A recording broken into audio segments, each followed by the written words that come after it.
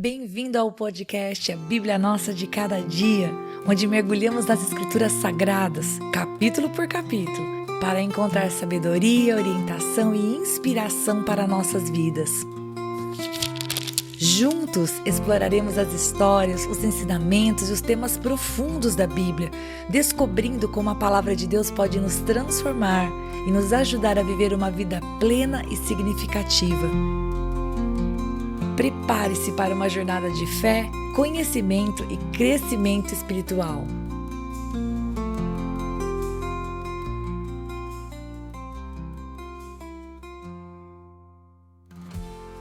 Hoje nós vamos meditar no capítulo 22 e embora essa meditação eu acredito que não vai ser muito longa, porque o capítulo ele parece que se repete um pouco, mas ele tem um assunto que é principal, que é o fato de que as ofertas dadas ao Senhor pertenciam a Ele e eram santas. E em outras palavras, visto que pertenciam a Deus, deveriam ser tratadas com honra, com temor, com respeito. Ninguém deveria tomar as coisas de Deus de maneira leviana. Então sim, ninguém poderia se aproximar das ofertas de maneira leviana.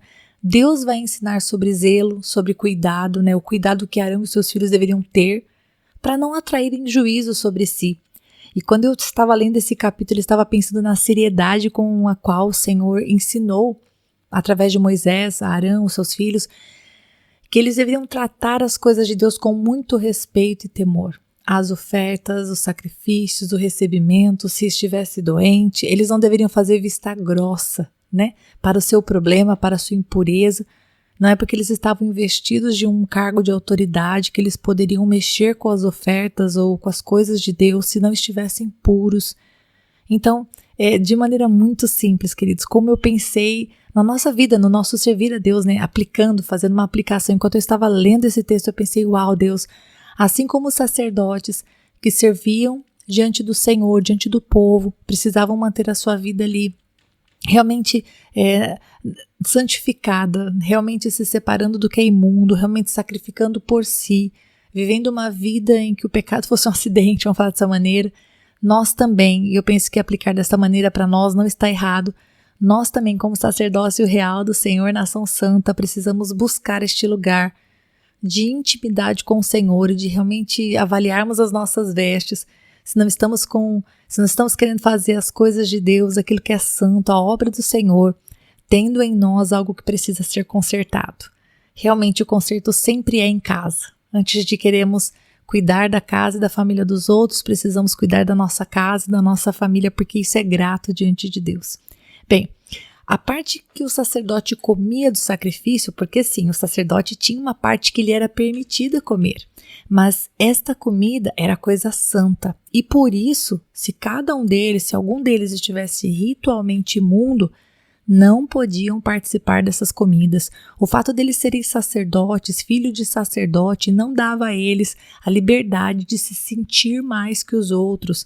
A autoridade que estava sobre eles, porque o Senhor lhes havia conferido essa autoridade, não dava a eles o direito de não buscar a santidade, de não priorizar o afastar-se da imundícia, vamos falar dessa maneira. Eles não estavam acima dos outros, ao contrário, eles ali naquela posição de honra, na posição de sacerdotes, eles eram servos, eles deveriam buscar a santidade tanto quanto o povo. Então, se os sacerdotes estivessem impuros, eles não podiam ministrar. O fato de serem investidos de autoridade não tirava deles a necessidade de santificar, sacrificar pelos seus próprios pecados, buscar se manter puro.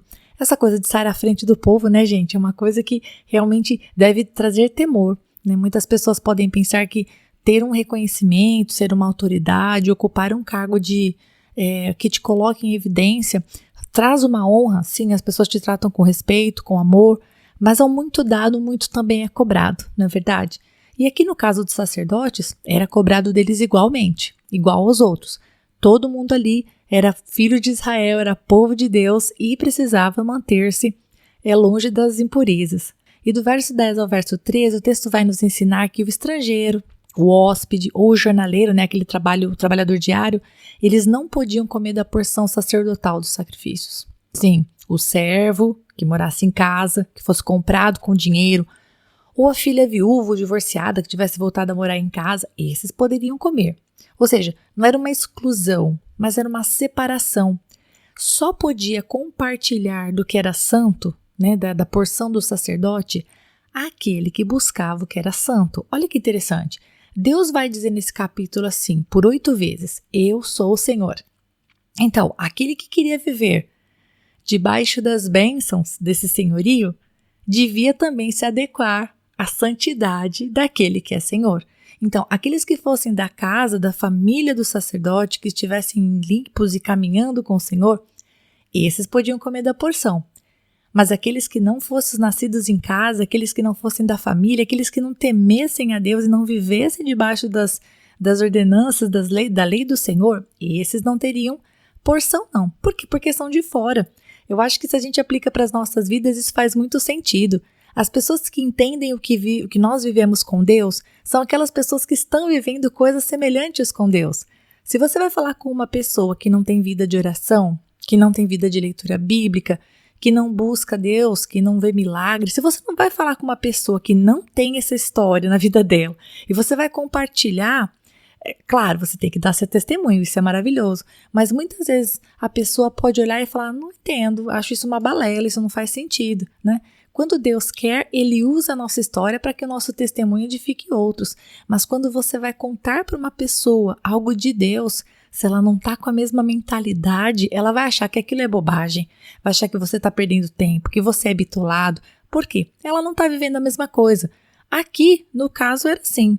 Quem que podia comer a porção sacerdotal dos sacrifícios? Aqueles que estivessem dentro da casa do sacerdote, vivendo debaixo das leis que o Senhor Deus havia colocado. E do verso 19 a 25, nós vemos que os animais com defeito não poderiam ser oferecidos ao Senhor. Por quê? Gente, pelo amor de Deus, Ele é o Senhor, né?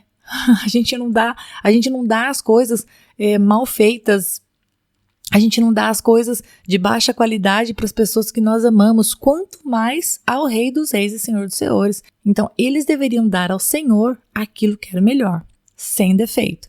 Para Deus não era para ser dado a sobra. Para Deus não era aquele oferecer para Deus um sacrifício doente, um animal doente. Eu acho que é a mesma coisa do que fazer uma coisa só para cumprir uma obrigação, sem estar realmente se importando com o efeito disso. Você está entendendo? Deixa eu entregar aqui um animal. Vai ter que entregar um animal pelo meu pecado? Tá bom, deixa eu entregar um animal aqui. Mas vai ser um animal com defeito. Deixa eu me livrar desse animal mesmo. Eu acho que é igual quando a gente pede perdão a Deus sem arrependimento, sabe assim? Fazendo um paralelo. Você chega diante de Deus com uma conversa fiada, mole, você não tem intenção de mudar, né? A zero intenção de mudar de vida, você só faz aquela oração que é tipo uma oração porque você já aprendeu que tem que orar, mas não está significando nada de verdade no coração. Era mais ou menos isso. Eles iam entregar uma oferta doente, sarnenta, diante de Deus. Deus fala, não me venha com esse tipo de oferta. E por fim, Deus vai finalizar falando dos animais recém-nascidos, que deveria esperar um período até que eles fossem oferecidos em oferta. E o Senhor vai dizer algo que é com que eu finalizo o capítulo, que o nome do Senhor não deveria ser profanado no meio dos filhos de Israel. Então o Senhor vai dizer em outras palavras, olha, vocês profanam o meu nome quando vocês agem de uma maneira que não é a maneira que eu pedi que vocês agissem. Eu dou uma diretriz para que meu nome seja exaltado no meio de vocês. E todas as vezes que vocês fazem diferente do que eu pedi, vocês me profanam o nome, vocês desonram. Inclusive, né, não é o que é mencionado no texto, mas inclusive perante as nações. E eu penso que isso também faz sentido para nós, né? Toda vez que um cristão ele age de maneira genuína, ou pelo menos se esforça para, né, que a palavra de Deus seja viva na vida dele, ele vive segundo a palavra do Senhor, onde ele vai, ele dá bom testemunho. O nome do Senhor é louvado porque aquela pessoa que vive os princípios de Deus está dando o seu testemunho de vida, está vivendo o verdadeiro evangelho. E o contrário disso também é um problema, né? Quando a gente peca publicamente, quando a gente age de maneira que não concorda com aquilo que Jesus estabeleceu como verdade nas Escrituras, nós estamos profanando o nome do Senhor, a gente está traindo vergonha. As pessoas não vão dar glória a Deus, né? Não vão dar glória ao nosso Deus, porque a gente não demonstra um Deus verdadeiro, um Deus de amor, um Deus justo. E isso é uma coisa para nós pensarmos, né, gente? Nossa, nós que carregamos o nome do Senhor, nós que queremos dizer, puxa, eu sou cristã, a gente precisa verdadeiramente verdadeiramente se posicionar com cuidado, com carinho, com educação, mas nós precisamos nos posicionar, isso é muito importante. Bem, eu vou ficando por aqui. Se você quer fazer algum comentário, escreve aí nos comentários, eu gosto de ler quando você escreve. Se você quiser, comenta alguma coisa, senão nós ficamos por aqui e nós vamos meditar na palavra do Senhor no próximo capítulo, se Deus quiser. Até lá!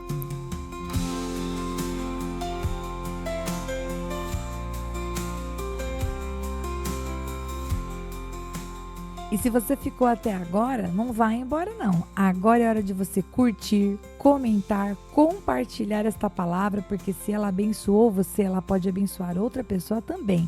E lógico, se inscreva no canal, ative o sininho, assim você não perde os próximos episódios.